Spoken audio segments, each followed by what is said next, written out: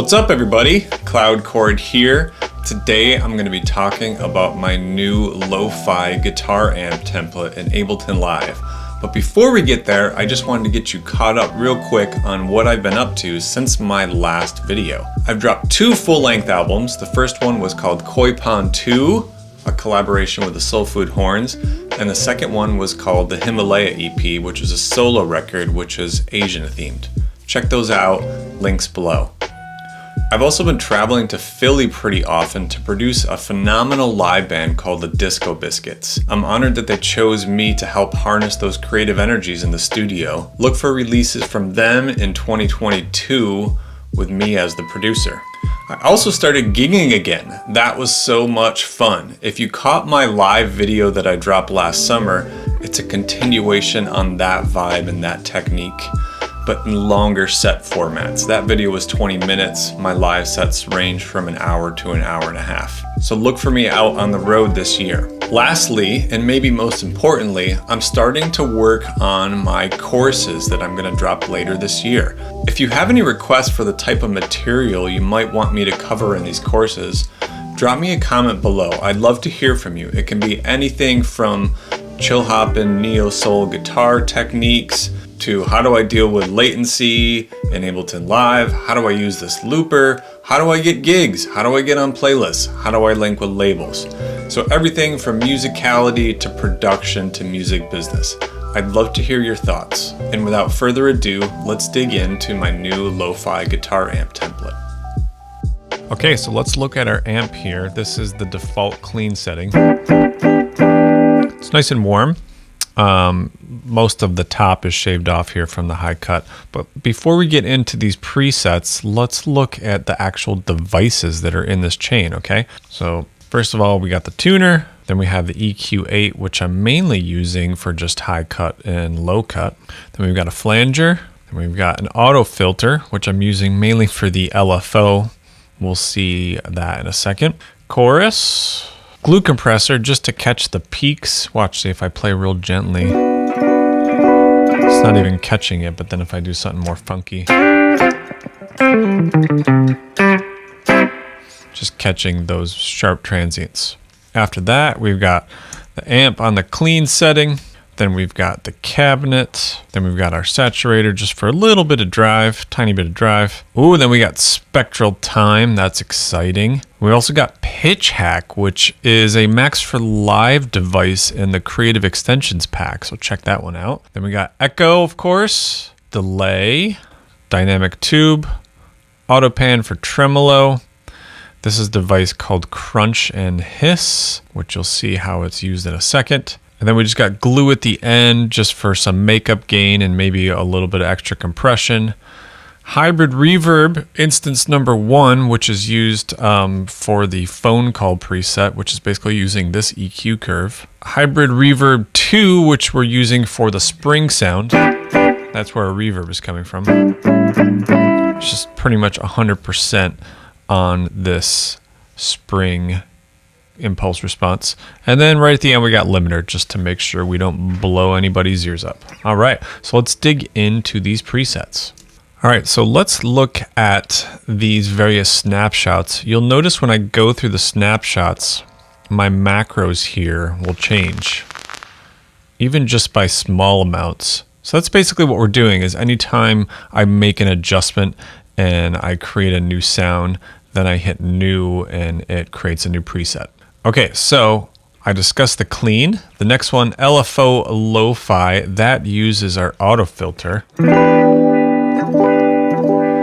And basically, it's just using this LFO at a rate of a quarter note. And it's sweeping through dark to light and back again. And I added the side chain from itself, which gives it just a little extra response on the envelope. Preset 2, phone. So that is that's turning on this hybrid reverb, which has this EQ setting. You know, classic lo-fi.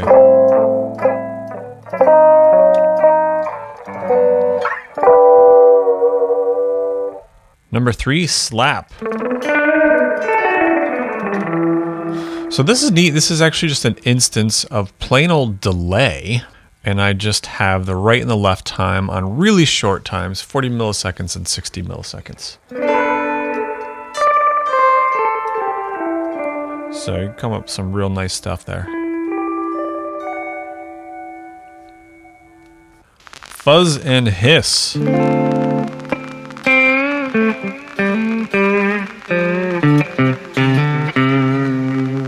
Okay, so what's going on there? That is this device right here, which is using vinyl distortion, a little bit of auto filter, a little bit of saturation. That vinyl distortion and the saturation together, this kind of reminds me of like a tube screamer plugged directly in to a console in the 60s.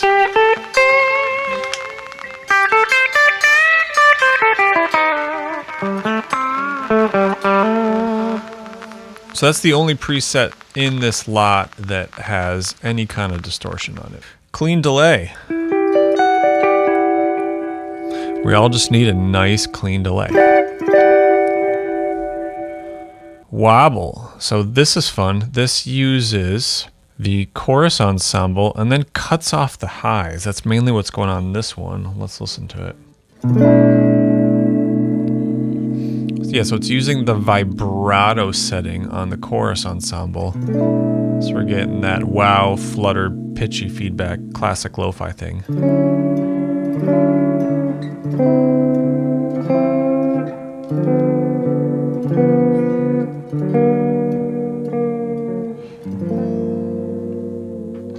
Check this one out. This is Wiggle. So what's going on here? This Wiggle, this is a combination of the auto filter and then the auto pan for our tremolo. So it just turns on here.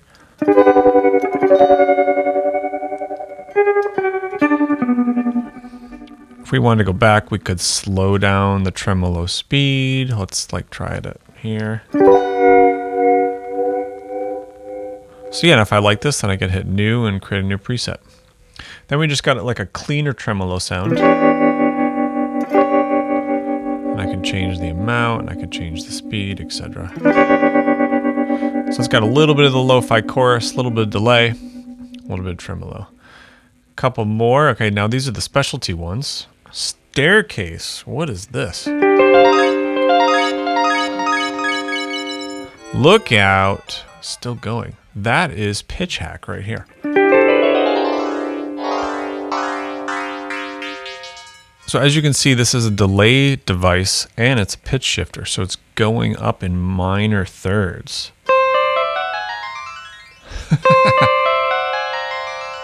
Pretty wild, huh?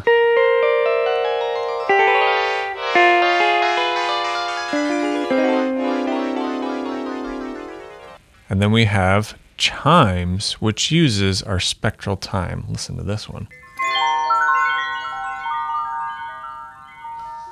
So check that out. And if I want to change the pitch of these grains, these chimes, I mean, I could even inside my clip automation get it to where it's going with the chords, you know? F sharp, up G. So if you use it more sparingly, it's more obviously in a line with the harmony you're using. So two more things I want to mention. The first is if you're having any issues with latency on this particular amp, it's most likely due to spectral time. Check this out. If I hover over a device in the bottom left-hand corner, it will show how much latency that device is creating. So if we go over to spectral time, you'll see it's creating 32 milliseconds. So even with it off, so you could simply delete that from the chain if you're having issues. The second thing I want to mention is if this is your first time importing an amp into Ableton Live, you can just literally drag it into a track. So mine is over here on the desktop. I can literally just drag it in like that. And boom, there it is, reverb, pop, and all. All right, hope that helps. And then, you know, the fun thing about Live 11 and these new macros is that you can also just create random snapshots. So you can go through and see if anything is worthwhile. That's interesting. That's like the chimes.